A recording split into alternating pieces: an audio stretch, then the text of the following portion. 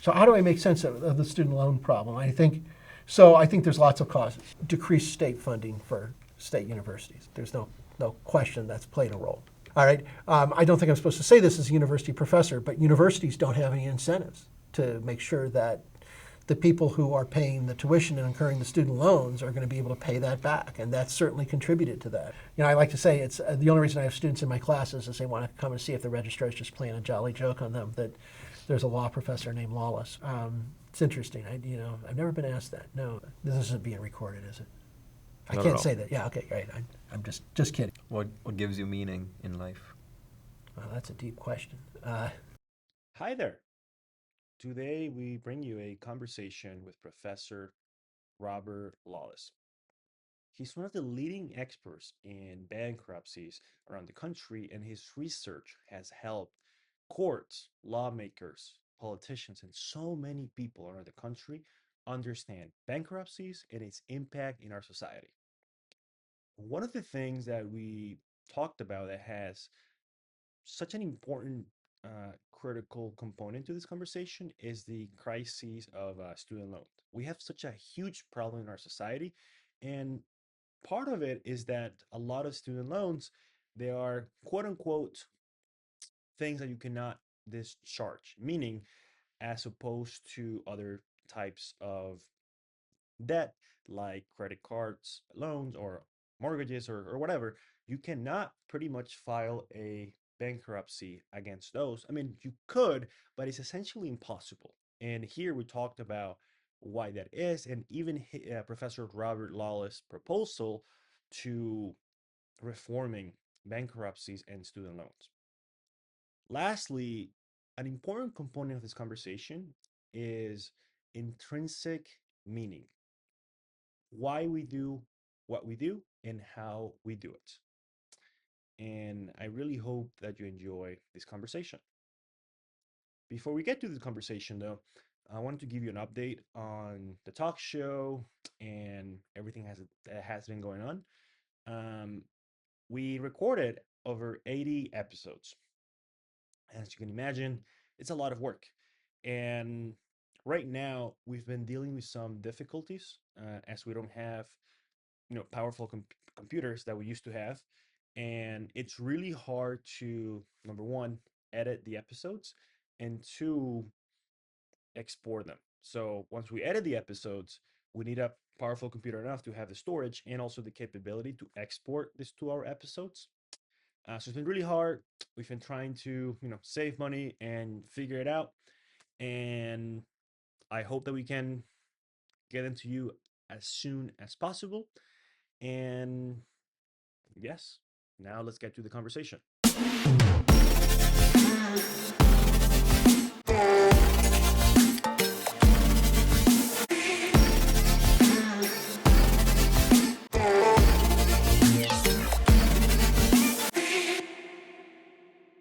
About 3 years ago, you gave a presentation, and you said that around this time of the year, we would start seeing a lot of an increase in the number of bankruptcies filings. Mm-hmm. Has that been the case, or did that not happen? So 3 years ago would have been, Yeah. well, that would have been April of 2020. That would have been right after the pandemic started. So, of course, the pandemic hit, and everybody will, remember that there were a lot of concerns about financial things, right? People were losing jobs, people weren't selling their goods and services at their businesses. So there was this expectation that there was going to be a big rush to the bankruptcy system because people were going to do what people do when they have financial difficulties, which is file bankruptcy. That proved not to be true. In fact, the direct opposite happened. It was like flipping a switch. Bankruptcies dropped about 30% overnight. And I think there's a lot of discussion about why that happened, but I think a big part of that is that bankruptcy, and especially for consumers, and most bankruptcies are by just everyday people, by consumers, bankruptcy is as much a psychological and sociological decision as it is a financial one. So there's a lot on your plate in April of 2020, right? That we've got this pandemic. Everybody will remember the uncertainty. You didn't know We never knew if we'd ever sit across a table like this ever again. And so solving your financial problems was down toward the bottom of your list. So bankruptcies plummet. I guess I don't remember the specific presentation that you're referring to, but there was a lot of talk at the time that bankruptcies were going to go up. I was one of the people that kept saying that bankruptcies are not going to all of a sudden spike and that they're going to slowly start ramping up. For some reason or other, people are very fond of nautical metaphors when they're talking about bankruptcy filings. There was going to be a tidal wave, a tsunami, or something like that of bankruptcy. So my nautical metaphor is the tide is going to come in, right? It's just going to be a slow increase in bankruptcies, and that seems to be what's happening. So we had 2-3 years of low bankruptcies filings, and within the last, let's call it 6 months, bankruptcies are starting to just slowly tick up. Every month is a few percentage point increase over the year-to-year comparison from the month the previous year. What made you say that it wouldn't be a spike? Like, what conclusions were you drawing? Like, what were you drawing from to make this conclusion? Well, I at one time, a little bit less in the recent years, but one time I closely followed the bankruptcy filing rate to trying to figure out what drives people to courts to solve their financial problems. Right? There's other things they can do, and so it's kind of a research question, like why do people turn to law to solve this problem? Mm-hmm. And so following the ups and downs of the filing rates to try to make some sense of that.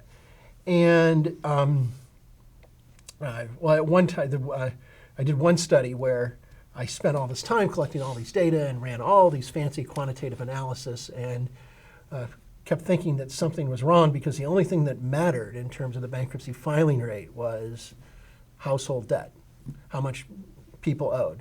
And then finally a light bulb went on. I say it is something only an academic could do. Right? We spend about 2 years on a study and conclude the reason people file bankruptcy is they have debt. Okay? No kidding. But that's the important finding. It's not about macroeconomics. It's not about the unemployment rate. It's not about the economy. Bankruptcies boomed sometime when the economy's booming. Bankruptcies go up. Why? Because people borrow. Right? When money's easy and people are borrowing, and they have debt on their household balance sheets, they're going to. That's when the conditions are there for people to file bankruptcy. So why didn't I think they were going to go up? Well, what was happening in the early days of the pandemic, household balance sheets were getting rid of debt. There were government payments, there were government subsidies, and people were using those subsidies to pay off debts that they owed. So the conditions for a big spike in bankruptcies weren't present. So if you're asking about what was happening 3 years ago, I'll tell you something that concerns me from this morning. Is there's an article in this morning's New York Times about a new credit crunch under the because of what happened with Silicon Valley Bank and the run on the banks, and so banks are tightening their credit standards. That could cause bankruptcies to spike because if you don't borrow today and file bankruptcy tomorrow. There's always a delay period. The putting debt on household balance sheets, and then you see the effects show up in the bankruptcy filing rate maybe 2 or 3 years down the road. We had debt being put on household balance sheets 2 or 3 years ago. Okay? So that's why we're seeing a rise in bankruptcies. If you can still put the groceries or the utility bill or whatever on your credit card, well, you don't need to file bankruptcy. Most people are still going to try to get by. But if all of a sudden credit dries up and you're not able to continue to stave off the day of reckoning, that's when people end up running to bankruptcy court. So we may actually see bankruptcies if the Times article from this morning was accurate, and I guess it was. The article was more saying that they was kind of trying to read tea leaves about what might be coming, and if there is a big credit crunch, we might see bankruptcies go up pretty quickly, both for consumers and for businesses, because businesses have the same issue. When they can't borrow more money, they end up in bankruptcy court. What does that mean for the country, or the government? If your bankruptcy rate increases, Like, how does it affect the bigger picture? That's a great question. So I think people often think of the bankruptcy rate as some sort of economic indicator, and I don't think that's a good way to think about it. Bankruptcy takes care of one problem, right? It gets rid of old debt. Right. It doesn't make new money. It doesn't you find people a job. It doesn't find businesses customers. The only thing it does is gets rid of old debt.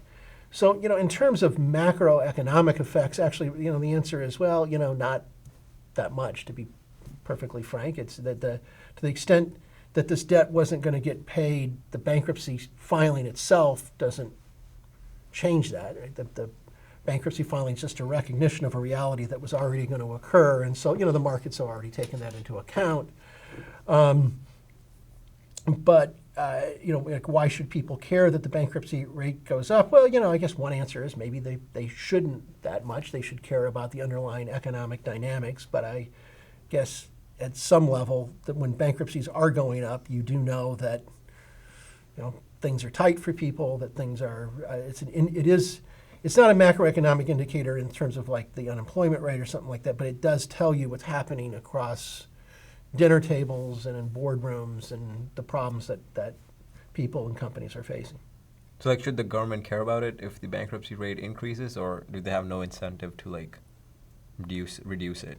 Well, I think you want it to be available. So I always think of bankruptcy as the hospital, right? So bankruptcy is a hospital trying to fix an illness. You have debt you can't pay back. Mm-hmm.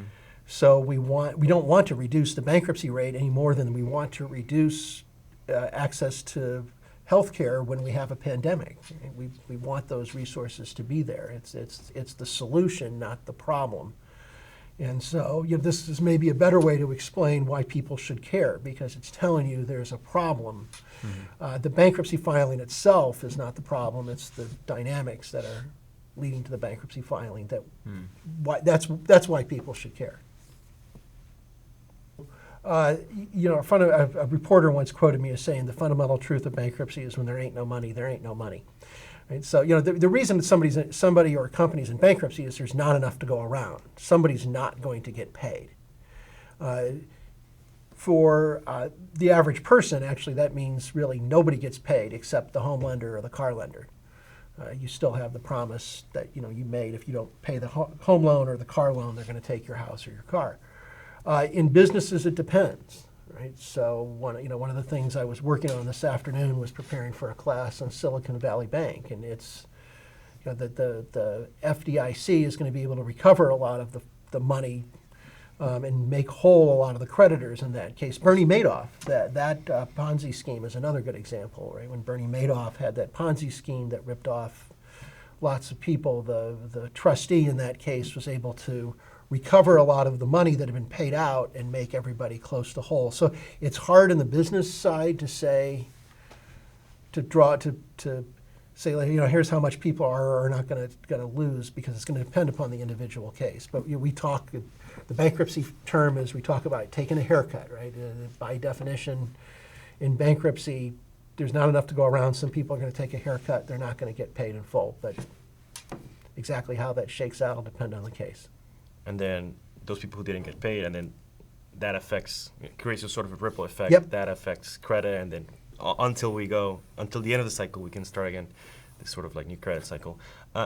Before we talk more about bankruptcy and debt and the sort of this psychological, issues Yes. and economical issues, when you could have studied anything. Yes. You could have focused on so many different things.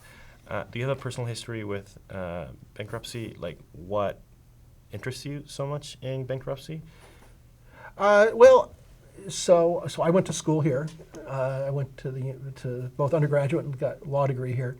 And I was working for a law. What was your undergrad? Undergraduate was accounting. Okay. Yeah. So, my first year after my first summer year of law school, right? So law students, you get a job with a law firm for the summer, and I did. And the law firm happened to do a lot of bankruptcy work, and I thought, well, this is pretty interesting. I guess it was just the intellectual part of it that interested me. Maybe that answer makes it not surprising that I became a law professor of bankruptcy law. when you're in law school, you study all these different subjects, and you study real estate law and contract law and criminal law and civil procedure, and you study all these different things. And then when you graduate and you become a lawyer, you tend to specialize. And bankruptcy certainly is a specialty, but it's a specialty that touches upon all the other areas of law. And so we like to say it's a specialist practice with a need for a generalist knowledge base, and that's what makes it very intellectually interesting as a lawyer. So that's what drew me to the field. There was a point in my career where I was doing more corporate bankruptcy work. I am in my research, I guess people would say I'm part of the empirical legal studies movement, which uses data to understand legal phenomenon. And so I was doing that work in the corporate area. There was a project ongoing in the consumer area, and I got invited into that, and that kind of took off, and my interest have probably in the last 20 years, have almost been exclusively in the consumer and household finance area. So that was kind of my intellectual journey. I don't know if that's a very interesting story particularly, but it was something that attracted my attention as a student, and here I am, let's just say a few years later. One thing that we realize with a lot of people that we talk to is that at points in their life, something shows up and they think it's interesting or they think it's curious, and they just follow it, and then once they look back, they have a whole career, 50, 30, 20 years. That's my story. That's what I sort of did. Yeah. I'm curious, so before you study accounting here, what were you like as a kid? What was sort of your childhood? And then you're now here, accounting major. What was it like? How was college? And what sort of led you to go to law school after that? Well, I always wanted to be a lawyer. Right. So my father was a lawyer. I grew up in Peoria, Illinois, just 90 miles west of here. And my ambition was to be a lawyer in Peoria, Illinois, and that's something I haven't done in my career. So, to your point, right? You sitting here, don't mind saying I'm 59, right? Look back at my career and I've done a lot of different things, but never practiced law in Peoria. But that was what I was going to do. I was. If you had asked me when I showed up here as a freshman, I knew 100% for sure I was going to get an undergraduate degree and I was going to practice law in Peoria. I picked accounting because I was interested in business, and it was and still is kind of one of the premier programs within the business school, and so picked that. Frankly, it was a place to be. I had to get an undergraduate degree to go to law school, and that, so that was what interested me, and so I took that. You asked me, I guess, growing up, my father heavily influenced me. That was why I wanted to be a lawyer. What was an undergraduate life like here? We're actually on the site. I was walking. I told you this is my first time in this building here at the Siebel Center for Design. On the site of the intramural field, which was the site of my great defeat. These used to be intramural fields where this building is. And we were going to win the Residence Hall intramural flag football competition.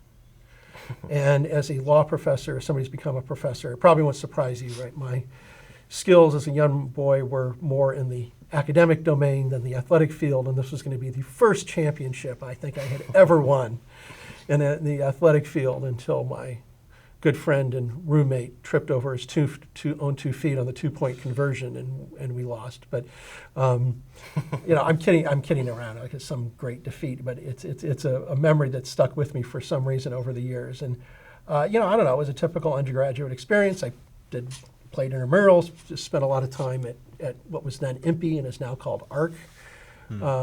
Played a lot of basketball. IMPE? Yes, the Intramural Physical Education Building, IMPE. IMPE. Oh, interesting. Yeah. So when they remodeled it, it got renamed. Oh. So, might have seen the inside of a few bars here when I was an undergraduate,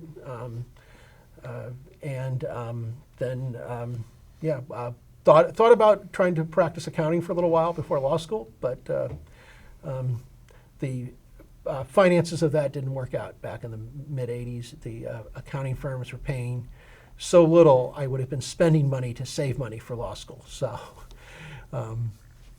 decided I'd go straight through to law school. And then you did, and And I did, and practiced. I actually, my first job out of law school was I worked for a judge over in Springfield, Illinois, judicial law clerk, which is something you do right after law school. Did that for a year, practiced in Washington, D.C. Actually came back here to what in most fields would be kind of considered a postdoc, but law doesn't have postdocs. You have these fellowships, and so I did that here for a year, and then taught at the University of Missouri for 9 years, UNLV for 4 more years, and came back here in 2006. So, almost 20 years, yeah. yeah, Here. yeah, we're Wow. getting back to almost 20 years. Yeah. And yeah, it's funny that you started with that ambition of Peoria, Yep. and you still have time. So if you, Yeah, I if can you- still go back and be the still go back and be a lawyer in Peoria. Now it's been and I think that you were saying you've talked to a lot of people and they just the advice of something interests you and you run with it and you never know where you're going to end up. And I teach in a seminar at the law school this semester. We just had a guest they're all Zoom guests now, and a guest who was kind of high up in the Department of Justice, and that was her advice to the students. Same thing. She said, you just have to, an opportunity presents itself, you just kind of got to walk through and walk through the door and do it. And I think that's great advice, and I think probably everyone you're talking to can tell you stories like that. You've taught for maybe close to 30 over maybe over Yeah, 30 a little years. over 30 years. You had 3 kids. Yep. Maybe you've seen that there's this trend of younger people perhaps worrying more about what they want to do and the certainty that they need to know exactly how and why and what time and where, all these details that creates a great paralysis for people and great uncertainty and great anxiety. I'm not sure if that's been the case. Have you noticed this trend, perhaps with your own children or people in law school? And Yeah, I think there is more of that. I certainly have noticed that with my own children, I would say. I was thinking back, when I was in school here in the 80s, we obviously didn't have Facebook, or any, or Twitter or TikTok or anything like that. No social media whatsoever, no. I still remember vividly the day one of the professors wheeled in this humongous box into the classroom and said, "This is a personal computer, and you're all going to be working on personal computers, and let me show you what a personal computer is going to look like." Right? which one was it, Plato or? No, that was the learning software. Okay. This was somebody wheeled this in. It was a big like thing. a- They could wheel this in on a cart and show, Got it. right? This big, you'd laugh at like this idea that this was a personal computer. It was this humongous thing that had to be on this cart. But this was innovative, right? He rolled the computer into the classroom to show us, and that it could be that mobile.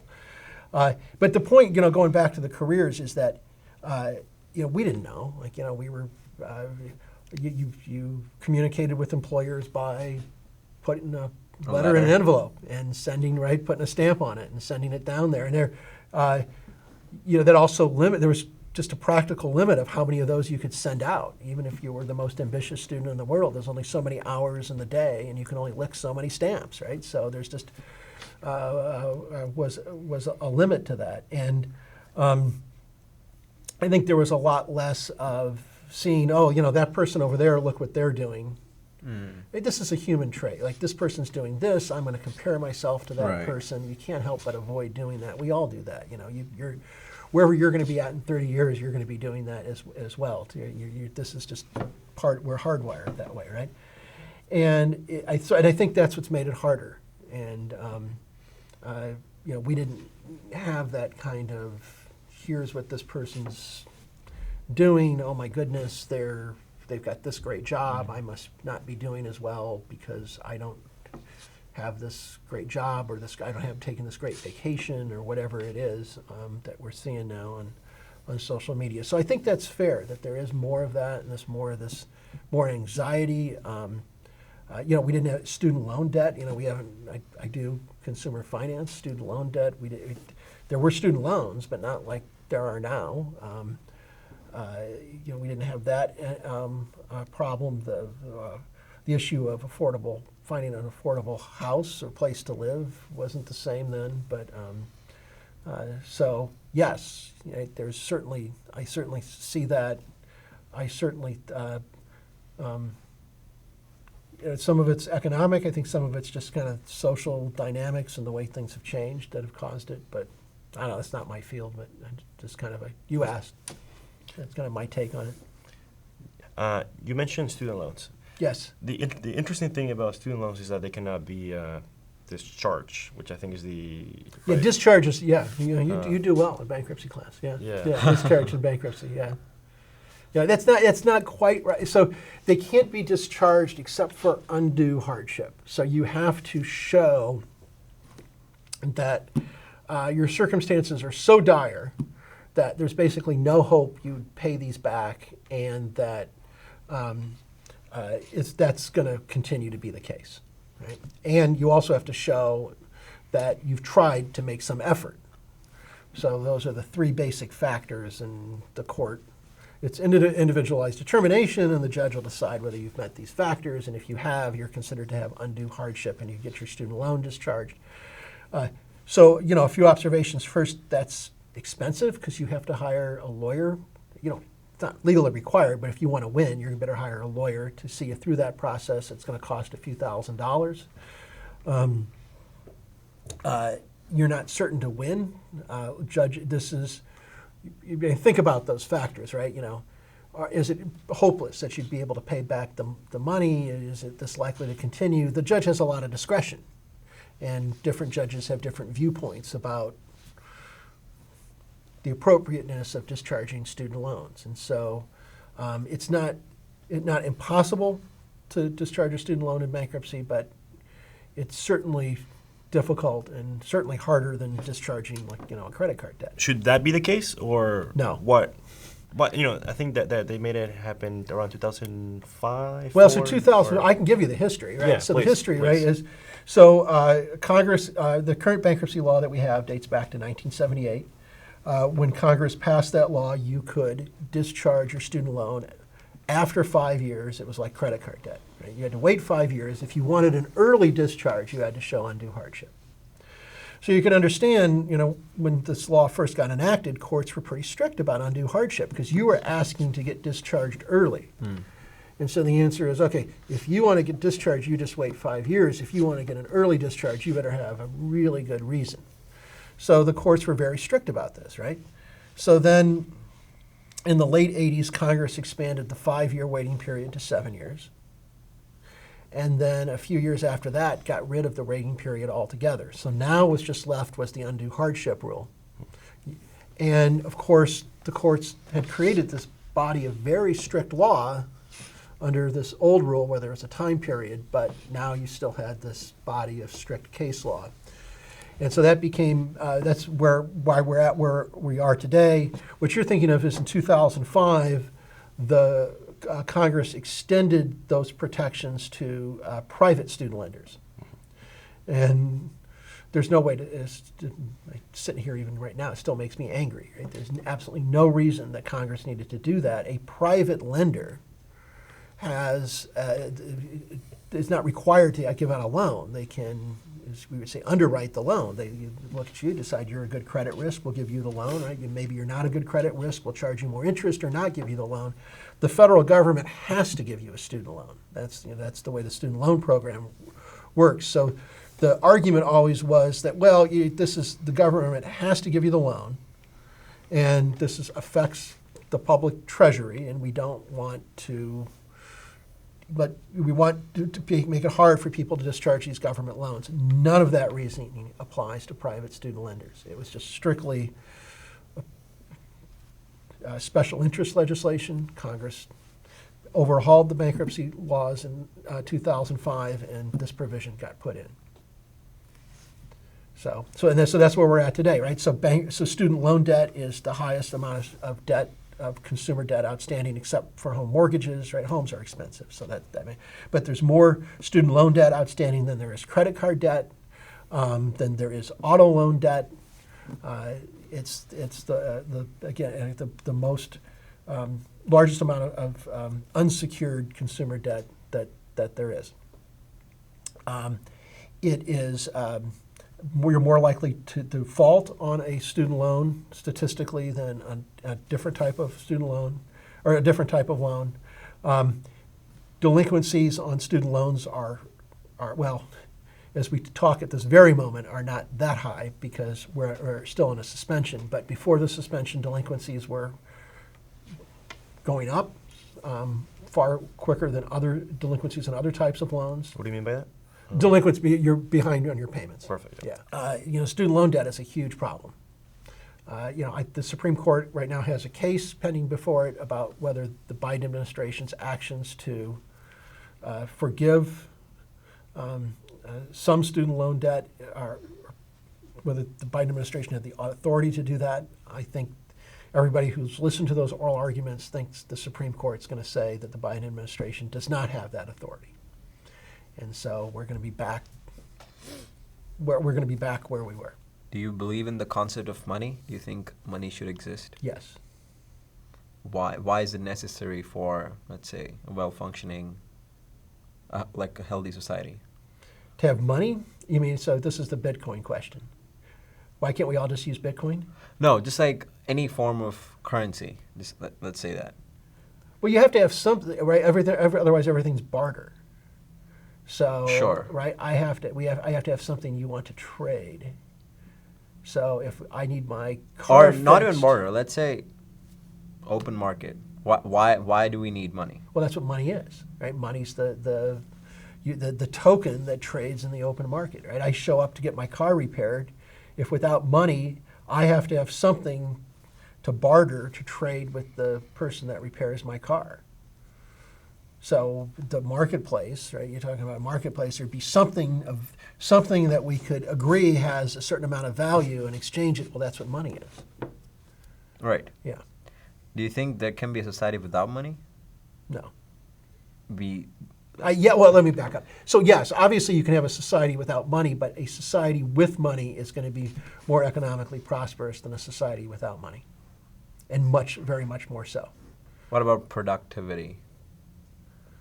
Well, productivity is different than money. Like I'm saying, is money the ultimate incentive for people?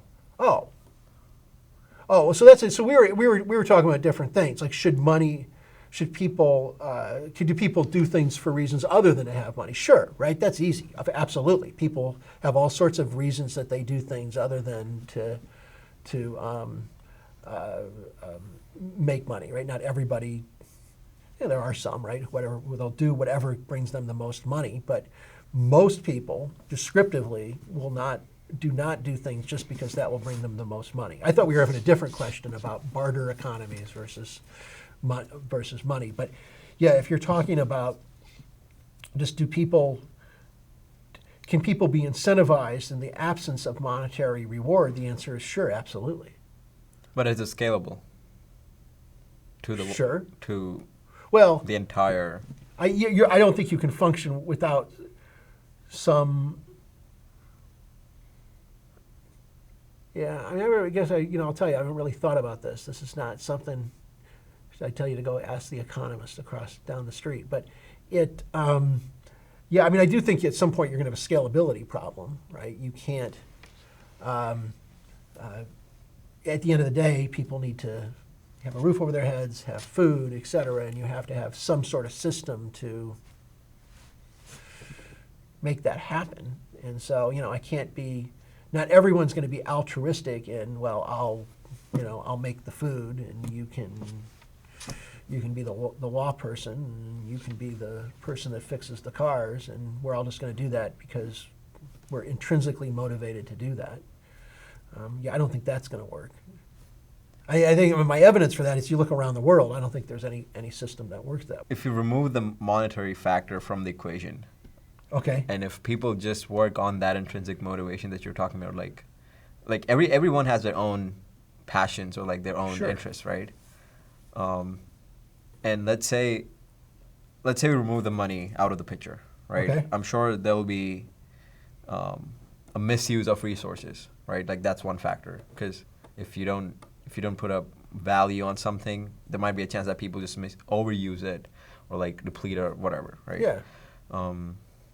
But I don't know. I don't know if it'll ever converge to a point where it's just it's so well balanced that people just like, even though it doesn't have a price, like it's normal now. Like if it's like there's a surplus of it, like people won't value it as much. I don't know if that. I Well, don't know if that's that makes certainly sense. true, but that's certainly true. That's just basic supply and Right, demand, right. Yeah. So what I'm saying is, can a system where money does not exist, but where people just work based on their intrinsic motivations, still be a good model for a healthy functioning society?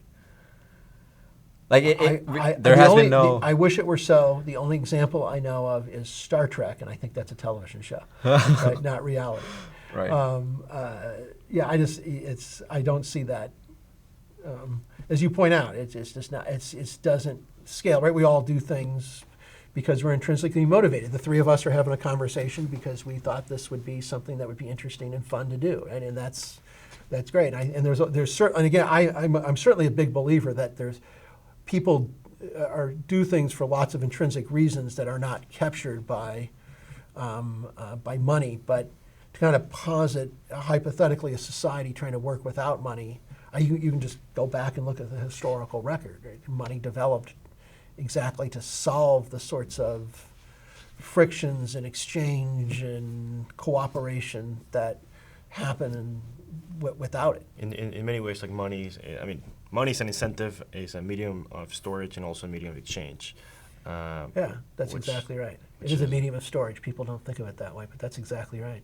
Not a great one, especially right now, or in some economies where you have inflation. But it's better. But yes, that's exactly. You got to do something with your wealth you have right now, right? You can put it in your mattress, or right. You can put it in You can put it in gold, or you can.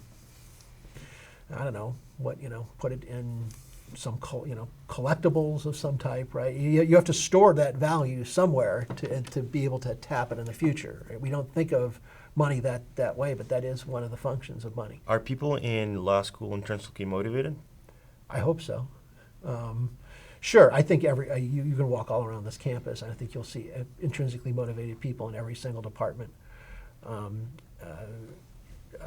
Yes, right.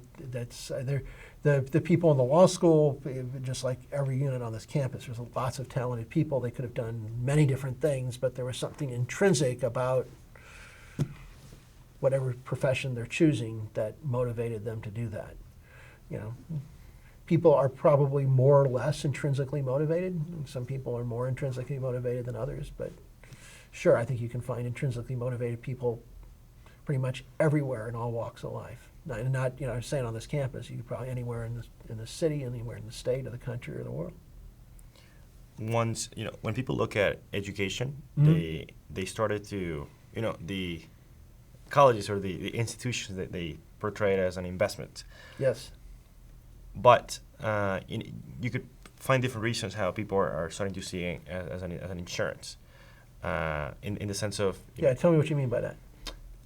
So we've gotten to a point where we have this narrative that every single person needs to go to college, otherwise they fall in. And it's played into the student loan trap. That Right. narrative. It's going to insure you some minimal Right. level of standard of living. Yeah.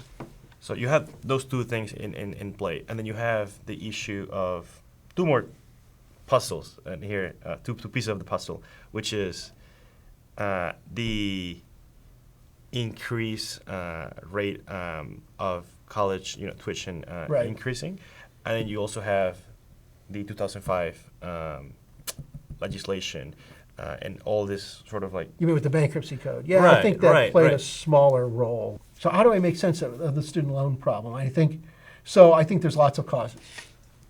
So if that's what you're asking, like why are we where we're at?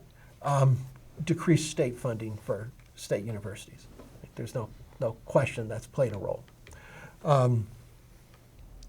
The free money that's coming from the student loan programs, right? So this isn't being recorded, is it? I Not can't at all. say that. Yeah, okay, right. I'm just kidding. All right. I don't think I'm supposed to say this as a university professor, but universities don't have any incentives to make sure that the people who are paying the tuition and incurring the student loans are going to be able to pay that back, and that's certainly contributed to that, right? I've said this, and I know we're being recorded. I'm happy to say it on anything that the universities need to have skin in the game, and they don't. When somebody gets the student loan and they don't have it, the university bears no consequence of that. So I think I don't want to be heard to say that's the only part of it, but decreased state funding. Universities don't have skin in the game. There's been this insane arms race for student amenities at a lot of universities. The recreation center, the dormitories, they're all nicer than they used to be. That costs money. That's been a big, I think, maybe big, but a contributing factor. Why is that? I mean, why are they getting, Because you need to recruit students, right? So students want it, right? Where do? And I took all my children on college tours, and it was always interesting to see which universities were kind of pushing the look at our nice dorms, and look at our nice rec center, and there were definitely universities that marketed themselves that way versus ones that were more marketing on the academics. And so you've got to get students in the door, right? I mean, at the end of the day, this is a business, right? It's a state-supported university, but at the end of the day, if students aren't coming here, this place isn't going to keep its doors open. You have to have people coming, and they have to want what you're selling. And what that part of that is the place you live, the other opportunities you have. This is a gorgeous facility here that we're in. That costs money. It's greatly improved the student experience, but it's got to get paid for, and so that's increased. That's increased tuition. I do also think that the bankruptcy rules have played a little bit of role in this because the loans and you referenced the 2005 legislation. I don't think it's a huge part, but I do think one of the contributors has been even the private lenders can give out loans without having to worry really about the consequences very much because they can continue to pursue these people for life. Again, very hard to get rid of a student loan in bankruptcy. So, that's the way I make sense of it. How does it get fixed? I think what I would do if I were left to my own devices, I would turn to the bankruptcy system. Now, this may be me being a bankruptcy professor and having a hammer and right. Maybe. Right. Yeah. Right. We want people who can pay to pay. Right? This is not a controversial proposition. I'm a bankruptcy professor. I study and work on the law that allows people to walk away from their debts. But it's not a controversial proposition that if you promise to pay and you can pay, you should pay. Everybody agrees with that. We need a system, and I've said it this way, if we only had a system where everyone had to go in and disclose all their assets and all their liabilities and their income, and there would be a person, maybe this person could be a judge, who would decide whether you could pay back, right? That describes the bankruptcy system. So I would probably return us to the rule when when the bankruptcy code was enacted, which is you have a 5-year waiting period. I do think there'd be enough concern about people going through school and then getting their degree and a month later filing bankruptcy. We don't want that. So let's impose a waiting period, right? So 5 years. And if you can't pay back your student loans in 5 years, you're in financial trouble. You can't pay back your student loans. Well, now you can file bankruptcy. And bankruptcy is not a free ride. You walk in after the end of that 5 years. You have a nice job. You have assets. The bankruptcy rules. You're a can-pay person. You're going to pay all that money back. If you have a nice job. So I think that's what I would do. It's a bespoke determination. The downside is, frankly, it's expensive.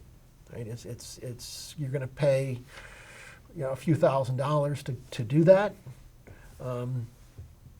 That's the problem I don't see, short of just forgiving student loans, which frankly I might not be against, but I just don't think there's the political will to do that, to just say we're just going to stop collecting all student loans, right? I think the Biden administration action is going to get struck down. I think Congress would have to act, and that's just not going to happen. And then you have the problem of, okay, so if you get rid of the existing student loans, what happens next year? Like then you have new students coming in. Right. What if they demand their debts to be removed. Well, even just short, like what, like this is just we're just going to let student loans pile up again, and we're just going to forgive everybody's student loans every 20 years or something, right? So it's just, so this is why, I'm a bankruptcy professor. I said it's expensive. The people that earn those fees are the people that I train. So, right, there's obviously, again, nails and hammers, but I don't see another, it's not a great solution, but I don't see another better solution. And, this is a big issue Yeah. which affects people, their motivations and their ability to do things intrinsically, which creates a whole cycle. So there's evidence that having student loan debt delays purchase of housing, delays starting a family. Right? So there's lots of empirical evidence that it harms, having student loan debt not only just harms you in the sense that you owe this money, but it seeps into the other portions of your life, and indeed it impoverishes all of society. Right? This is just fewer homes that are sold, fewer children, the communities aren't as robust. There's lots of spillover effects from the student loan debt crisis. Like someone spending is another person's income. Exactly. So yeah, that's exactly right. It's like a string. Right. If you push it, it's so funny how it's like this student loan thing is the exact same thing as credit, and which is what sort of happened with the banks, and we had these cycles that we seem to not learn from because they're so. We will learn from them, but well, no, I'm just like I don't know that we're just not fated to do that. That's just the nature of societies is that we'll go through these boom and busts. And I remember I was talking to a professor in another department not long after the 2007 crisis, and I was saying, you knew this was coming. They rolled back the banking regulation in 1990, in the 1990s. They failed to learn the lessons of the Great Depression, and the reaction of this other professor was, 80 years, that's actually a pretty good run as far as societies go, right? And with our most kind of recent go-round with Silicon Valley Bank, and we failed to remember the lessons from just 15 years ago. So, there seems to be, some days on my more, I guess, pessimistic days, I wonder whether this is just part of the kind of the process of any democratic society. Right? You're going to have these booms. You're going to have the bust. The lessons that are learned in the bust are forgotten the next time the boom cycle comes around. You wrote a paper called the Hedonics of debt. Yeah, of debt. Which basically you did this empirical research right. where you ask, you talk to different groups of people. Right. What was it like?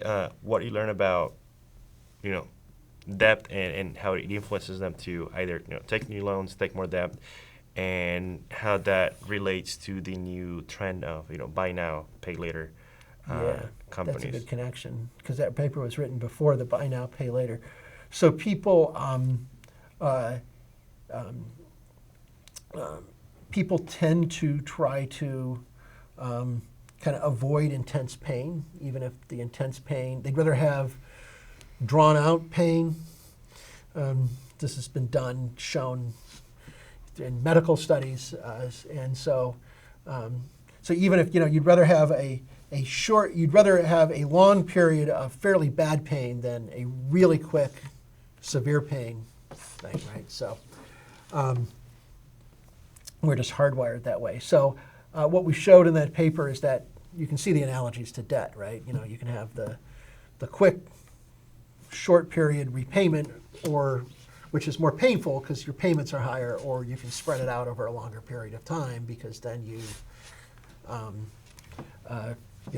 in pain, but you're just spreading lower amount, right? You pay more in the and actually we showed, right? People preferred to pay more over a longer period than paying less over a shorter period, which is value destroying, right? You should prefer an economically rational thing to do. This gets back to the intrinsic motivation question, right? The economically rational thing to do is to prefer to pay the big amount over a short period of time than the larger amount over a long period of time. But we found people would pretty consistently prefer the longer payments.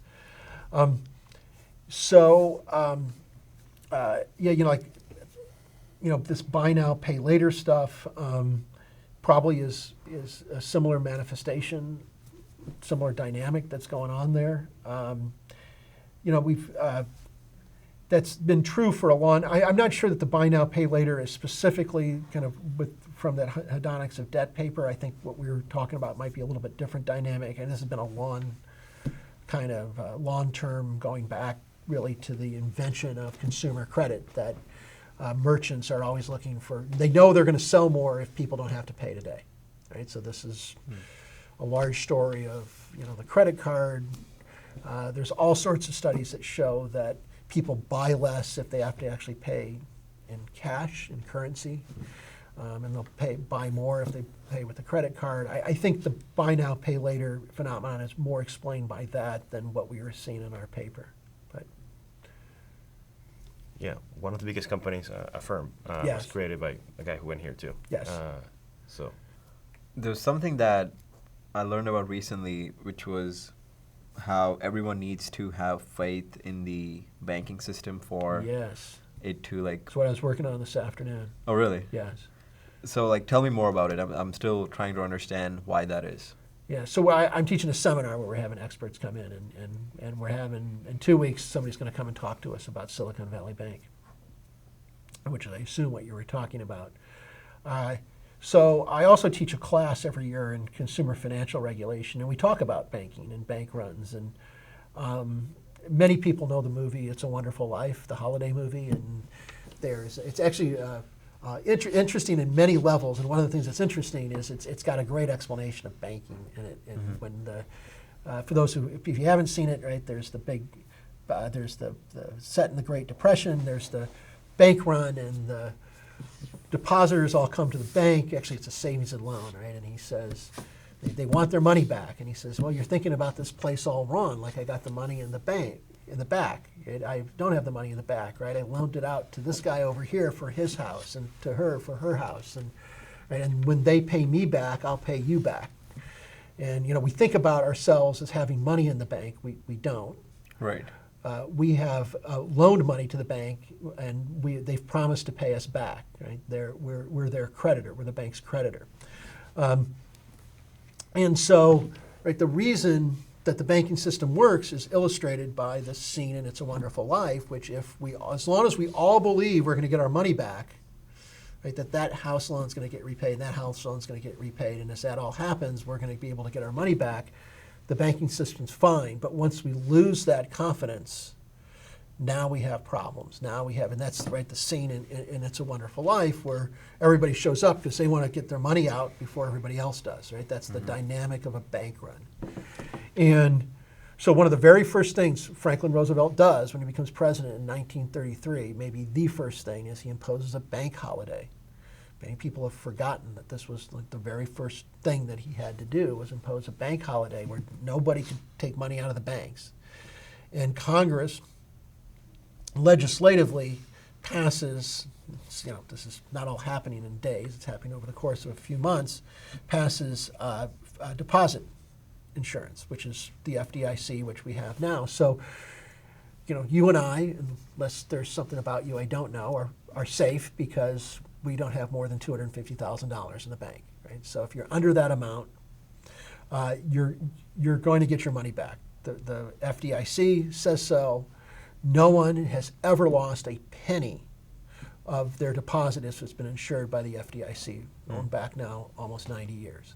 So so It's a Wonderful Life is set before deposit insurance, right? And that's what's happening. In the 2007 financial crisis, there were concerns that the FDIC was not going to be able to pay everything back. So when I teach this class, I show the students the clip from It's a Wonderful Life and say, this is in black and white, and it seems from the 1930s, and it seems like from a completely different age. But here are some pictures from just, 15 years ago of people standing outside a bank called IndyMac. There was a concern that the FDIC wasn't going to be able to get their deposits, satisfy everybody's obligations. Everybody did a bank run. People lost trust in that bank, and that's exactly what happened with Silicon Valley Bank. Is that it wasn't, the Silicon Valley Bank wasn't making home loans, but it was essentially the same dynamic. There were deposits. Silicon Valley Bank had invested those deposits, and the people who had the deposits, it all works out as long as the money's not sitting in the back, and it all works out so long as everybody trusts that when they want their money back, it's going to be there. And Silicon Valley Bank was It's a Wonderful Life on speed, right? It was social media amplified. People had money in that bank. Corporations had the deposit limit is $250,000. They had millions of dollars, if not even billions in a few cases, of deposits at Silicon Valley Bank. And they lost trust, and very quickly, like in the course of a day, that they were going to be able to get that money out. So everybody rushes. As long as I get my money out, I'm happy. right, I'm happy. The Right. next person can fend for themselves, right? And there was this phone call in the day that this is all collapsing, where the Silicon Valley Bank CEO basically says on this conference call to their depositors, saying, this is all going to work out as long as we can just trust each other. It's almost comical. You can just imagine, right, telling a bunch of Silicon Valley entrepreneurs and venture capitalists that just sit tight, just look around the room, just everybody trust each other, and nobody be the first mover. Well, that didn't work out too well. Right? Everybody said, let's let somebody else take that risk. I'm going to pull my money out. So, yeah, the banking system is built on trust, and we're still, as we sit here today, still kind of working through what's happened with Silicon Valley Bank and the implications, and because it's undermined trust in banks that are like Silicon Valley Bank. So what happens if, who's responsible for the people who lost their money? Well, in theory, no one. They're just stuck. But the FDIC, although it didn't have to do this, the FDIC and the Fed announced that they would backstop all of the uninsured deposits. Right? So everybody who was under $250,000, they're clearly covered, right? That's what the Right. insurance fund is there for. But the FDIC and the Fed are going to cover the excess, the uninsured deposits, and step in. So the question now is whether by doing that, they've implicitly now guaranteed every bank deposit in the country, even above $250,000. Right? The next bank that fails, can you stick to the $250,000 limit? Is there a reason why someone would choose a bank over the other? Is it just the interest rate? What makes you... Well, so Silicon Valley Bank, right, was the bank to the tech startups in Right. Silicon Valley, right? Right. So they provided that, they provided banking services to that industry. Right. They were local. They knew their business. They tried to cater to the sorts of things that would be of use to businesses in Silicon Valley. The interest rates, they're not paying any until recently, until just the Fed started raising interest rates. Right, interest rate deposits weren't. The deposits on interest rate on deposit accounts were not very high, so that wasn't really what they were choosing. Silicon Valley Bank, they chose it because it was convenient. It offered services that were tailored to the tech sector, and I think importantly, everyone else was doing it. Right? So we ended up with this bank concentrated in this industry. They quickly lost. Well, they're business people. They're not running charities. When they're told, "I'll just sit tight and just trust each other," I don't blame them. I would have done the same thing. I'm going to pull my money out. Let someone else be the person that takes the loss. And of course, boom, right? The bank collapses in almost a day. So do banks work as a corporation then? Banks are corporations, yes. Can they file for bankruptcy? Banks cannot file for bankruptcy. So when a bank becomes insolvent, the FDIC takes it over, and that's exactly what happened with Silicon Valley Bank. So what they'll do is the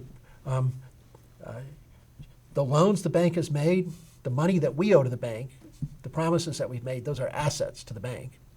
So the FDIC will sell those assets to another bank. Sometimes they might find a bank to take the entire insolvent bank over. The liabilities of the bank are what we think of as our assets, right? The deposits. Right. So the new bank might take over those liabilities. The FDIC might will have to step in to the extent there's any shortfall. That's what the insurance fund does, right? So it's rare that we're taking a total loss on the liabilities. In fact, in Silicon Valley Bank, it looks like the FDIC and the Fed are probably not going to take any loss for stepping in, because the assets that the bank had are probably valuable enough to cover their deposits. So no real consequences for the stakeholders, like the people running the bank itself? Well, they're out of a job. Right. The shareholders are wiped out, Right. Of course, just like any, right? So the shareholders of the company, they're wiped out. And really what we're talking about is the bank, right? So there's the bank, there's a corporate parent, what's called a holding company, that owned the bank. So that their interest in the bank is worthless now because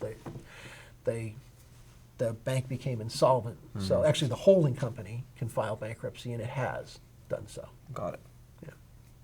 How does fractional reserve banking play a role?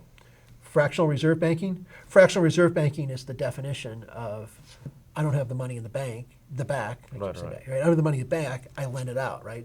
So I keep fractional reserve, I keep some of the money that you've deposited because day to day people are going to come and going to want it back, and the rest I lend out.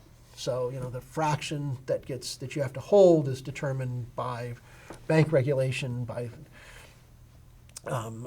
federal law, or most instances federal law. There's this is what bank examiners do. They go into the banks and make sure that the assets that you have are sufficient to cover. Right, there's a sufficient fraction of the liabilities that you have. There are different rates. Do you think the You mean the different percentages you have Yeah, to keep? I mean, yeah. Right. Yeah. So it depends upon. It's very, very complicated about like what there's all sorts of like the liabilities you have and how much you have to have on hand, and it can depend upon the bank, it can depend upon the capital structure. There's also it's very complicated, and it's even beyond me. I don't get into all those details in my courses. You said that bankruptcy it's a way to solve your problems, like someone's problems. Help solve your problems. Yeah. It helps with Yeah. the help of the legal system. Right. Divorce is one of the leading causes of bankruptcy. Yeah. From your research, from what you've seen, what have you learned or noticed about relationships and love and how that affects the person's financial stability? So it is true. So this is something that we're working on right now, which is there are you seem to be more likely to be in bankruptcy if you're single, and especially a single woman, and especially a single woman with children. And I think that says a lot about family dynamics. I think it says a lot about who's expected to bear the brunt of childcare, both financially and otherwise. There's no question that divorce remains one of the big contributors to bankruptcy. The big three are always, job loss, medical, and divorce are the big three contributors to bankruptcy. They're often overlap, right? Somebody might lose a job, and the stress of that leads to family dynamics that leads to a divorce or a separation. So, was it the job loss or the divorce that led to the bankruptcy? The answer is both of them, right? So, so we certainly see a lot of that. But, the way we often use our data, and we gather a lot of data on bankruptcy filers, is to not so much to think about, okay, so this is what this tells us about people who file bankruptcy, but this is what tells us about financial households in financial distress in the United States. And again, what we see is that, single parents, persons who are single and persons who are single parents especially, right? It's kind of like married, partnered, living with someone seems to be the most financially stable not surprisingly. Then you have single people, single women. Then you have single women with children in terms of most likely to be financially precarious. There's this thing called normative determinism. Have you heard of that? No. Basically, it's a fancy name for this phenomenon that when people have certain names, that affects what they do. Oh, okay, yes. So Lawless becomes a law professor. So so in your case, you have the opposite of that. So you have the inverse. In the past, we talked to someone, Gene, and he does biology things. Yes. In your case. Yes, I know Gene, yes. Yeah. Yeah. No, I think, no, it was because my father was a lawyer. But I have heard it. Now that you say that, I have heard of that. I like to say it's the only reason I have students in my classes is they want to come and see if the registrar is just playing a jolly joke on them that there's a law professor named Lawless. But I do say I will tell the two of you that I do think it's helped a little bit in my career because it's a memorable name. I think for what I do. So it's an Irish name. My father's side of the family was Irish. If you go over to Ireland, you'll find other Lawlesses. So, right. So, yeah. I'm not a believer that had anything to do with my career. I mean, when you were going to law school and your friends in law school, like, did they ever, I got called on the first day in almost every single class. So you probably know, right? So law school, the professor calls on you and you're expected to answer. So the professors. And especially back in the day, they'd look down the seating chart and they'd say, "Oh, how about Mr. Lawless? Let's see who he is," because I think it was a name that stuck out on the seating chart, and so I got called on a lot the first day of class. Yeah. Did they make fun of you, or just No. like as curiosity? No. Like, And they made fun of me for other reasons. Yeah. like what? No, Like, I'm just kidding. They just, it is something that's usually remarked upon by people. Yeah. So. Like if you start a school for law, it would be Lawless School of Law. That's exactly right. Yes. Yeah. Very ironic Yeah. name. Yeah. in Peoria, That's maybe. Yeah, maybe in Peoria. Yeah. Yeah. No, my alter ego in our textbook is Bobby Lawful. So. Oh. Yeah. So that's a nice. Yeah. So play- that's play of words. yeah. Exactly. Yeah. Yeah. So you are one of the leading experts in bankruptcy. Yeah. I don't know, but yeah. But People seem sometimes to ask me Hypothetically questions. speaking, Yeah. Is your credit score perfect? My credit score? I have no idea what my credit score is. Somebody once said to me early in my career, they said, there was another law professor, and he was talking to us, and he said, you young guys who've gone into bankruptcy, you just have a pathological fear of running out of money. And he was kidding, and I thought, I started thinking about that. There might be something to that. It might be something that drew me to the field. I've always been very financially conservative in my own personal spending habits, so that might explain that a little bit. But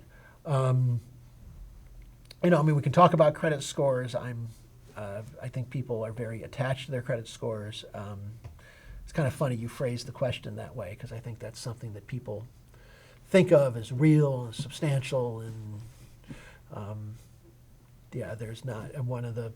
A lot of people don't realize that the scores that are used, that you go and get your credit score, that's not necessarily the score that gets used by a lender when you are applying for a loan. There's not, quote, one credit score. There are many credit scores, and it might depend upon what type of loan you're getting, what bank you're at, which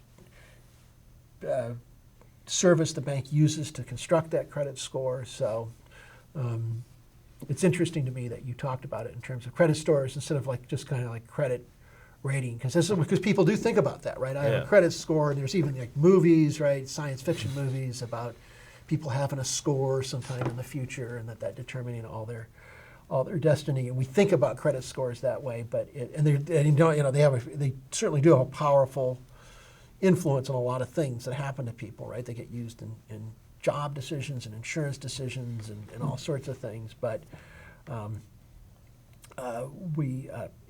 once you start peeling back the layers and you start looking at what's actually going on, there is not. One of my lessons in my consumer finance class, when we talk about credit scores, is exactly this: is that what people think of as their credit score is not really a thing. So again, you might go into go in, apply for a loan, and they're going to use something completely different. Right. And recently, there's been this trend of people checking their credit score apps and Yep. companies. Yep, and they're selling you baloney. Right. Yeah. Yeah. And funnily enough, I was listening to and like a lot of these companies that they need to create their own sort of Yep. credit scores in order to give that to you. So like for the buy now pay later companies, a lot of them they actually need to create everything themselves because Yeah. they cannot use the one that the lenders necessarily use. So it's just sort of this Yep. this imaginative. Yeah, so somebody's trying to sell you an app so you can check your credit score every moment. Yeah, you're selling you baloney. So yeah, don't pay money for that. What are the disadvantages of being financially conservative? Because usually we think it's a good thing, but Yeah, I don't know about that. One of the great things about the partnership I have with my wife is she's not financially unconservative. She was a bank examiner, so but we make a good team in that I know my own tendencies, she knows hers, and so when we try to make financial decisions together. And so there's a little bit, like I remember when we bought our first house, I was like, oh, I don't know, can we afford this house? And I was really worried about it, and if I had been on my own, probably wouldn't have done it, but it was just a little bit of a stretch, and so we did it. It worked out great. Really glad we did. That's, you were talking about relationships. I guess you didn't ask my advice, but find somebody who's not like you is sometimes a good thing. So we work well together in that way. has that caused friction? No, not at all. How do you manage it? I don't know, I guess. But so the other thing, I think you have to find somebody a little bit different than you, but not entirely different than you. So we are, I think both have the attitude that in the end of the day, it's only money. Getting back to your question about intrinsic motivation. It's at the end of the day, it's only money, and there's a lot more important things. And so I don't know. I actually can sit here and tell you I don't think I can think of a moment that it's caused friction. When you were growing up, studying all of this, did you ever want to be a billionaire? No, I really didn't. Never thought about that. It's interesting. I've never been asked that. No, I had no interest, and it was never not what you get. So I agree. Where we talked, you wanted to keep asking about it, motivation, and which is a great thing, and I'm glad you are. But intrinsically, yes, right. I agree with you. Most people are intrinsically motivated, right? Some people, I suppose, are intrinsically motivated to be billionaires because they like the power and fame that comes with it. But I think no, I never. That was never what motivated me, right? There were, and to be frank, right, I'm sitting here. There's lots of things I could be doing with my degree and my expertise, other than being a law professor, that would earn many multiples of what a university is willing to pay. But this interests me a lot more than. I'm not complaining. I think I could. Well, look at the camera and tell the president I don't get paid enough. But no, I get paid. I get paid a very fair number for what I do, but at the end of the day, I could do something else, make a lot more money, but it wouldn't make me as happy as what I do now.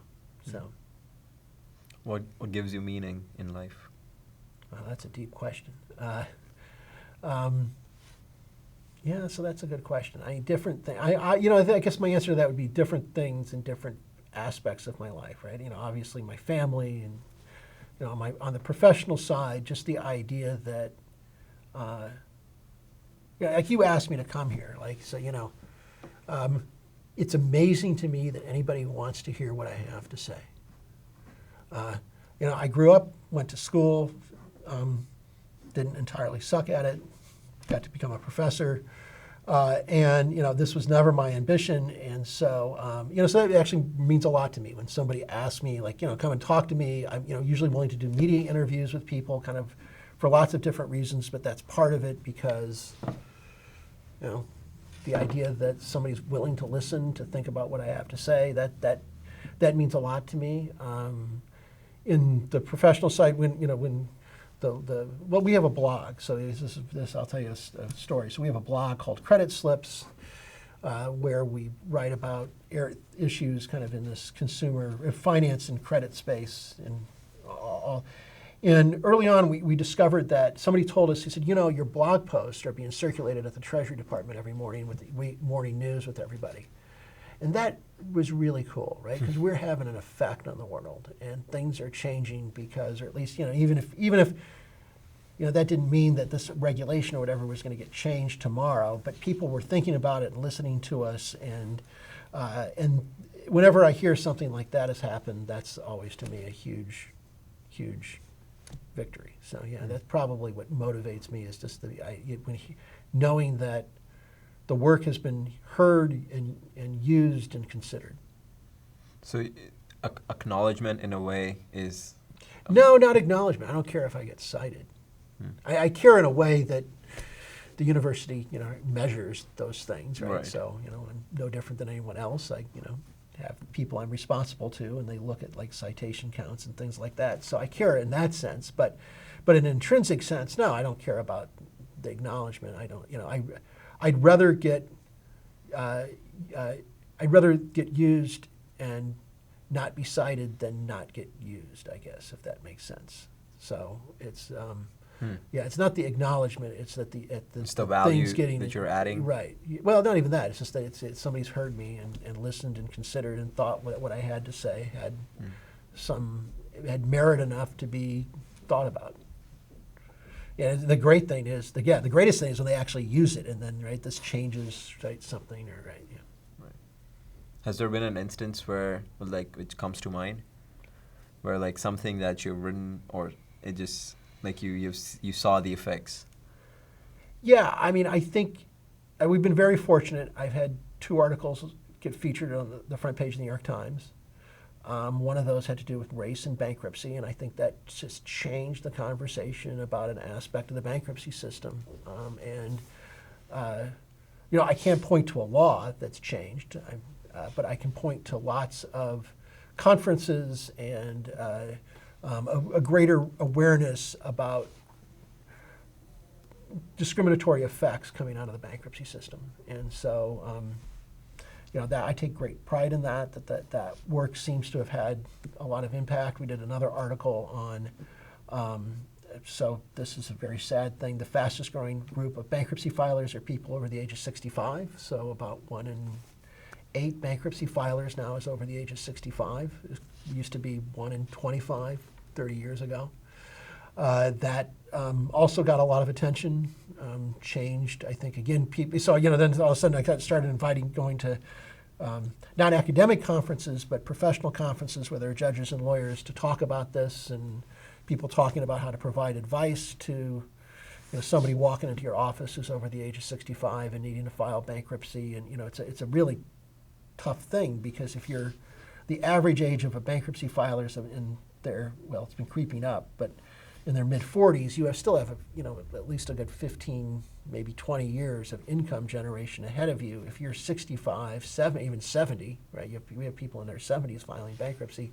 You don't have that kind of future to be able to bounce back, to try to build some sort of wealth. And so, counseling people over the age of 65 is a really difficult thing when people come into your office to file bankruptcy. And so people started having those conversations, and I think not just because of our article, but I think a lot of people in the system knew this was happening, but we were able to show it in a very rigorous and systematic way that this was happening, and it got taken seriously, and it got, again, right, New York Times covered it.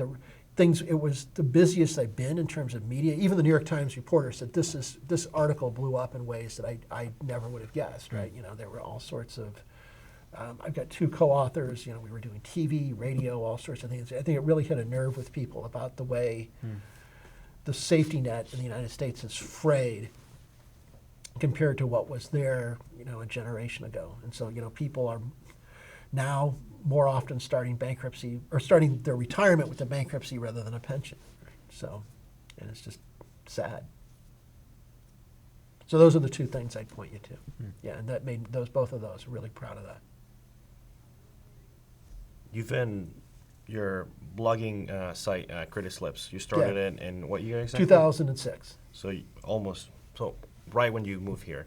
Yes. About almost 20 years. Yes. So right in the beginning of Yes. blogging, or before people maybe didn't call it blog at the time. Yeah, we but, did. Well, there you go. So writing on the internet and Yeah. seeing the effects of someone could at the treasury could be reading your Yes. post, which is completely unexpected. Yes. Would you recommend people write online? What have you learned about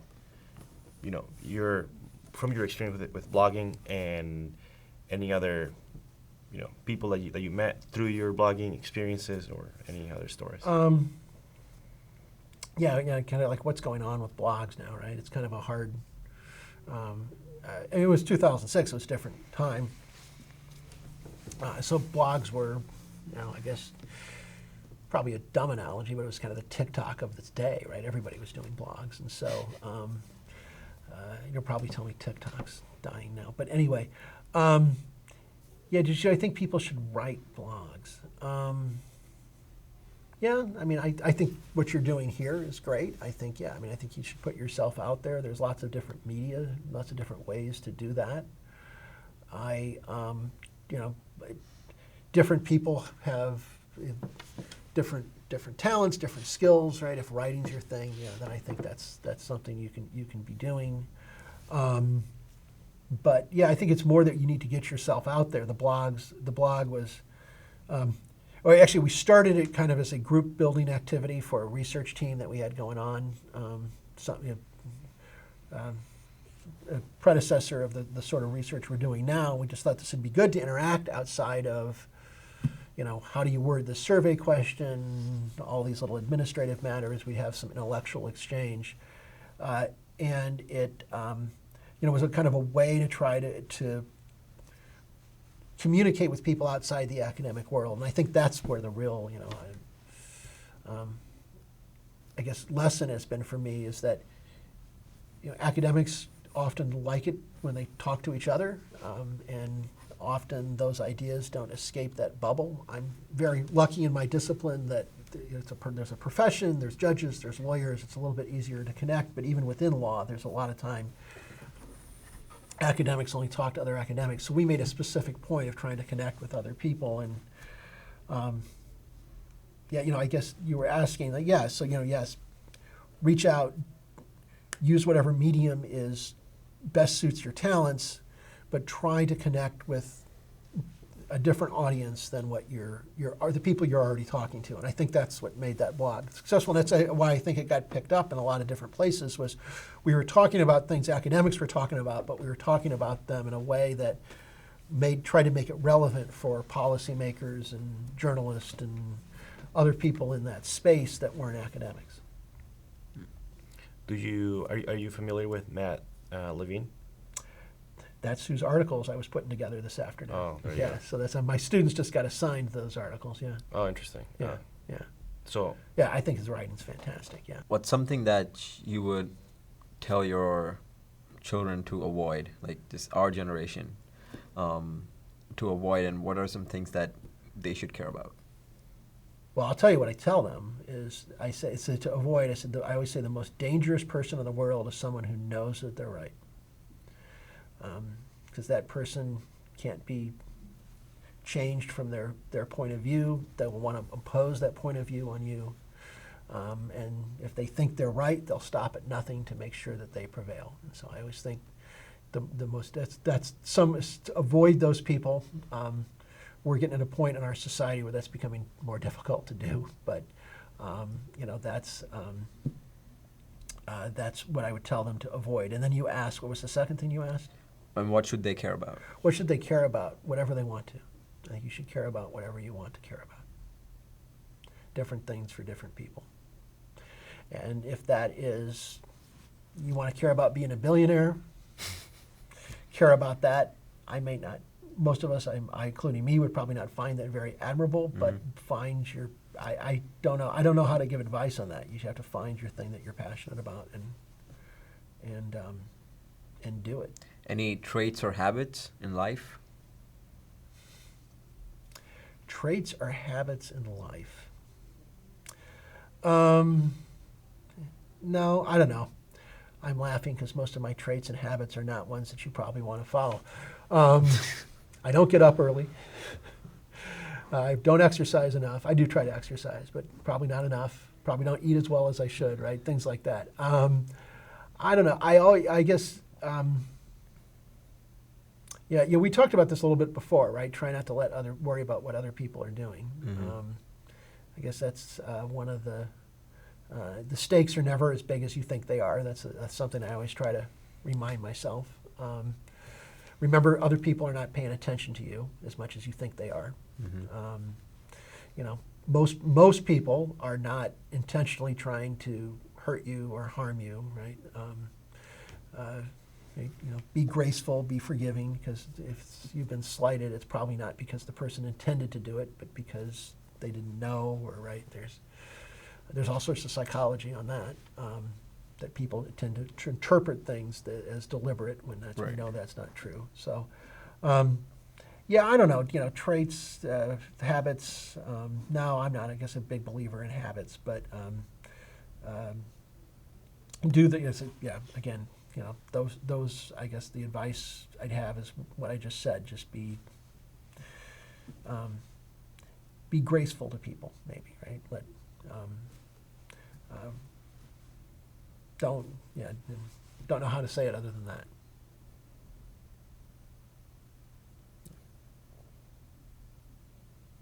Be graceful. Be graceful. Not graceful in the physical sense, but give people grace. Let people be. And if you feel that they've offended you, realize that was almost certainly probably not intentional. Sometimes it would be, but not very often. And even if it is, sometimes it's better to... Right, even if it is. That's exactly right. Even if it is, just, is it really worth it? Yeah. We have a section at the end of our shows that we call overrated or underrated. Okay. So we give you a topic or a statement, and you tell us whether you think it's overrated or underrated, and you tell us why. Okay. Right, ready? Yep. The first one is Las Vegas. Overrated or underrated? Overrated as a place to visit, underrated as a place to live. So I lived there. It was actually great to live there. It was very vibrant, a diverse community. Overrated as a place to visit. Gambling has never held any interest to me. If you're not a gambler, there's not a ton to do there. It's expensive to visit. There's like so many other experiences in the world that are real, that are more interesting. So that would be Yeah, I went there a couple years ago, and what surprised me a lot was how much imitation there is. Yeah. I could never. It's so much money to build the copy of the Eiffel Tower, or why don't you just build something different, something that Las Vegas could be known for? But it's known for imitation. It's known for this copycat place. It just that was the thing that hit me the most. Besides the gambling and the bunch of weird stuff that happens. Yeah. Is there a misconception that you think people hold about the place? About Las Vegas? Mm-hmm. So when we lived there, everybody thought we were like in the casinos every night, and that this was, our life was what people think of when they see the movies and stuff. The people, it's all bright lights and glamour. And we were raising 3 children, and right, we'd get up, fix breakfast, take them to school. I'd go to work. I'd come home from work. We had Little League. That I think was the big misconception, that our life was something like it is to visit there. It was not at all like that. Next one. Yeah, I was going to say, I only got one. I get more. Cryptocurrency. Way overrated. Way overrated. It has no reason to exist. It's environmentally wasteful. doesn't solve any problems that we have that are real problems. It's just a speculative investment. It's tulip bulbs. Remember, you may not know the story from the 18th century in Holland with the tulip bulbs, right? People were investing in tulip bulbs and they had value because everybody agreed they had value. So yeah, no, I'm not a believer in cryptocurrency. You think there's a perfect system, or do you think we already have the perfect system? There's not a perfect system, no. You mean our monetary system? Right. No, the system's not perfect, but Bitcoin is not the solution. No, right? The idea that you can have, you need some coordinating function for a monetary system, and yeah, it's just. So you think it'll always be centralized? Yes. Yes, I do. So there's not been a use case, nobody's given me a use case for cryptocurrency that's legal. Right? If you're a drug dealer, cryptocurrency is fantastic, but I've yet to have somebody give me a good use case for cryptocurrency, a problem that it solves. The next one, when something seems to go wrong with the financial system lately, they call the man of Omaha, Warren Buffett. Yes. Overrated or underrated? Oh, I don't want to say this because I don't have anything against him, but he's overrated. Sorry. It's a big country. Somebody was going to have that sort of investment run, right? It's the law of big numbers, the Texas sharpshooter's fallacy. I don't know if you know that one, right, where you go out to the side of the barn and you go boom, boom, boom, and you shoot, and then you draw the target, right? So after the fact, somebody's going to be a winner, and I actually don't have anything against him. I think often he has good advice, but the idea that he was, and he's certainly, I think, financially skilled, but I think this is why this is a tough one, because I do think he's financially skilled and has, you ask, you're making me choose overrated and underrated, but he is so kind of like highly praised and considered like above any mistakes, and actually if you read a lot of his stuff, and not that I have, but I've read some of it, I think he himself has more modest claims to success than many people attribute to him. And so that, I guess, maybe I would say Warren Buffett, the man, fine. Warren Buffett, the myth, way overrated, right? That there's this, the narrative. what's been the narrative that's been created is not realistic. It's way overrated. I believe you wrote a paper with this person, a couple papers. Elizabeth Warren. Yes. Overrated or underrated? Underrated. So I've known her for years. She's fantastic. Smart, charitable, kind, fun. Her TV public persona is her private persona, so she's the same person that you would see in private. There was an episode you may remember where she was. I forget the exact context, but she was in her kitchen, and she says, "Just a second, I'm going to get a beer," right? And the conservative people all pounced on her for this was a very fake moment, and she obviously didn't drink beer. And can I say bullshit? Yeah. That was bullshit. I've been in that kitchen, and I've been there when she's reached into the refrigerator and got a beer, including got one for me too. But that is who she is, right? So I say her public persona is pretty much who she is.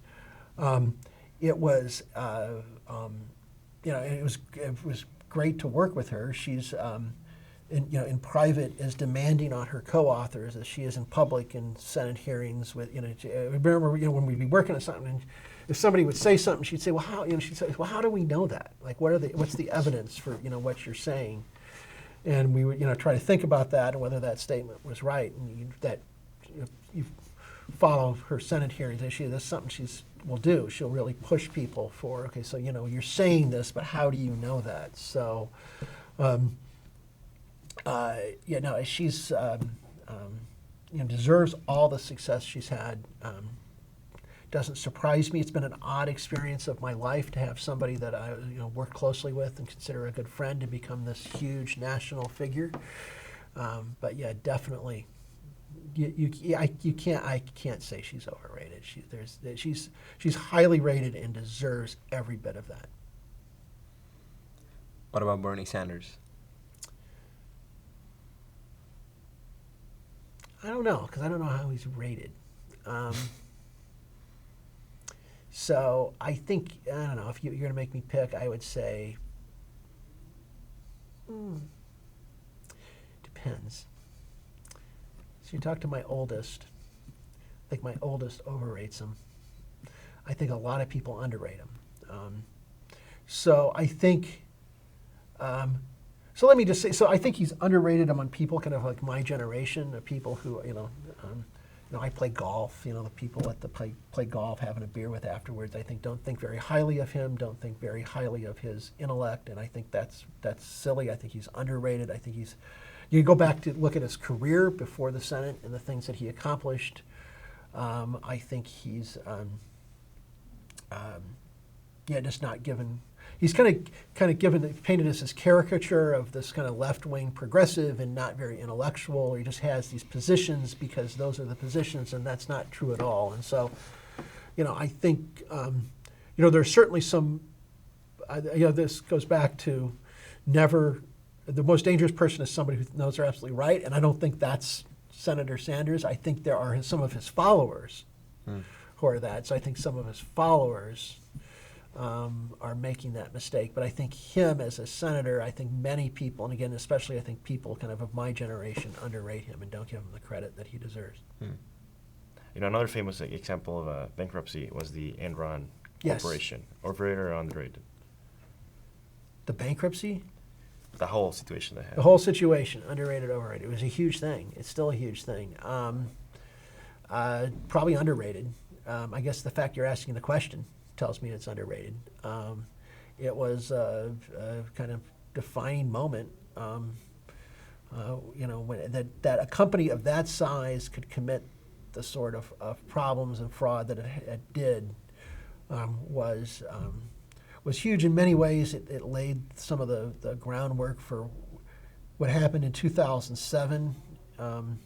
The legislative reforms, I think if we hadn't had Enron, it would have been a little bit more difficult. It made people, it undermined a lot of people's trust in a lot of financial institutions that were there before that were unimpeachable.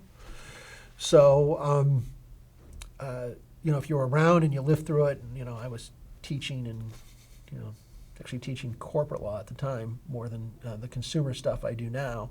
It's really, it really had a huge impact. So it's not, so if you're kind of sitting there looking here 23 years later and saying, oh, well, this couldn't have been that big a deal. No, it was a pretty big deal. Yeah. And then the last one, Peoria, Illinois, overrated or underrated? Oh, okay, so this is the friction with my wife and me. I'm not really serious, but she tells the story. The reason we met, I was an undergraduate, and I was going to go back and be a lawyer in Peoria, Illinois, because I loved it. I loved growing up there and liked it, and so we were at a party, and she was a transfer student, junior, and she said, she was at a party, and somebody asked her where she's from, and she said Peoria, Illinois, and they said, oh, you got to meet this guy Bob Lawless. That's all he talks about. So, so she always jokes with me about this, right? That she was the one that she didn't want to go back to Peoria.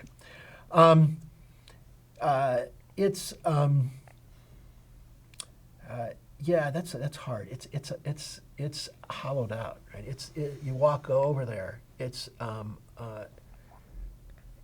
what's happened to the middle class with the decline of manufacturing and the Rust Belt. It's all there. Right? The education system is not doing well because the tax base isn't there. There's just all sorts of the sort of issues that have come from the decline of the American manufacturing sector. When I was growing up, there were lots of manufacturing, and it was already starting to decline. This was the 70s. already starting to decline, but I wrote a blog post. Was when my mother was in her final illness. I was over there taking care of her, and so I went for a little walk around the neighborhood where I grew up, which wasn't a poor neighborhood, but it wasn't a rich neighborhood. And so, the store that used to have tuxedo rentals, payday lender. The insurance company, payday lender. There's this little strip of about a mile where there were now like 5 payday lenders in this strip. As I wrote in the blog post, institutions that used to be a bedrock of the middle class had been replaced by institutions that preyed on the middle class. And so, if you're going to make me pick, I'm going to say overrated, because I think it's had the same sort of problems that many cities of its size that relied on manufacturing have had. It's sad. It's a beautiful place. It's on the Illinois River, but they've had the same issues with whites moving out of the economic core into neighboring areas and leaving more depressed economic circumstances in the city center, and it's just it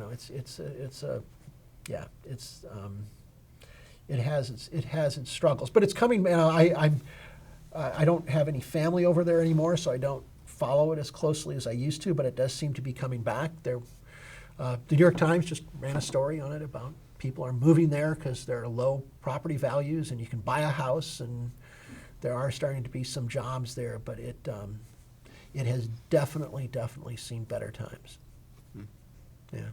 And people have started to move to Dunlap, which is close to. Yeah, that was part of that was the beginning, I think, of a lot of moving out. We have this idea in the United States that I can draw a line, and the people that live on this side of the line will go to one school, and the people who live on that side of the line go to the other school, and the people that live on this side of the line don't have to deal with or pay the taxes for the people on this side of the line. And so,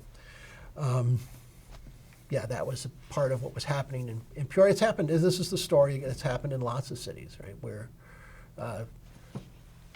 wealthier people have, and let's be clear, right? Wealthier and also white, because of the economic injustice and racism we have in this country.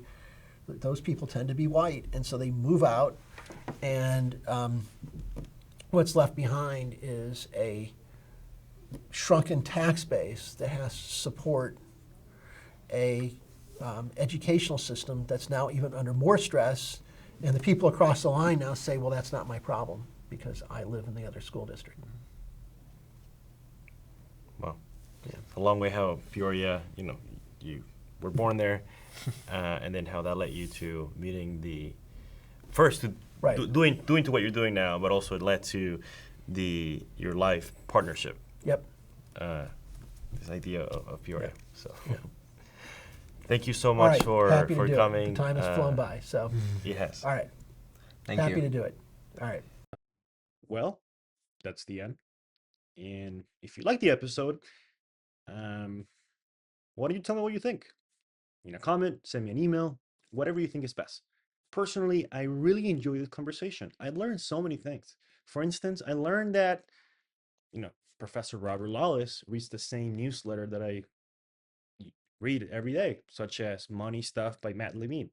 Who would have thought that law students would be reading the same things I've been reading since high school? I personally enjoy this conversation. Bankruptcies to me are so interesting because they represent such an interesting solution to a problem that arises when people cannot pay their debts. And before, if you had a debt, it's a thing that would carry on with you. Let's say if you die, if you had children, your children would that would be passed on onto them, and it was really a burden to so many people. And you know, in preparation for this episode, I learned so many catastrophic things, like people would kill themselves to not have that debt, and now we have this thing that we call bankruptcies, and we can just essentially wipe away the debt and allow the opportunity for people to take on risk and do things in our society. And personally, I took so many things away that I will never forget as I go on with my life, as I understand credit cycle, the economy, and it's cool to know those things. Um, if you want to do more things and you really like the conversation and you want to do something cool, I'll give you something. One of the things that I like to do in my free time is that whenever I have time, I like to go to the courts. Um, a few months ago, actually, I went to my first ever court, and they're free to the public. You can essentially go. And if you really want to know how bankruptcies work, watch this episode, of course. And second of all, you should go to bankruptcies courts and you see how they work. And it's really cool how that actually works, and more than I can explain to you in words. Um, so yeah, I hope that you take the chance to do that. And yeah, let me know what you think. Anyway, thank you so much, and I will see you in the next episode. We have almost 30 of them, and we'll do our best to get them out. And with that, I say thank you very much. If you'd like to support our work, you can do so by checking the link on the description. You can become a paid subscriber and you can support us. Basically, we do this because we love to do it. We enjoy having these conversations. And although we don't make any money from this, I think this is something that should exist in the world. And for the people that are supporting us right now, I cannot thank you enough that number one, you believed in us enough to not only watch your videos, but also support with with your money. And that means a lot because we don't take the money for ourselves. We basically use the money to literally buy the storage so we can store the episodes. We use that money to basically pay for the storage that we have to basically do. I mean, it's over 8 terabytes of storage that we have to pay. And that also allows to invest in better equipment so we can edit the episodes faster and get them to you as soon as we can. So if you're one of those people, wow. I mean, from the bottom of our hearts, we thank you. If you're not yet, but you would like to become one of them, what are you waiting for?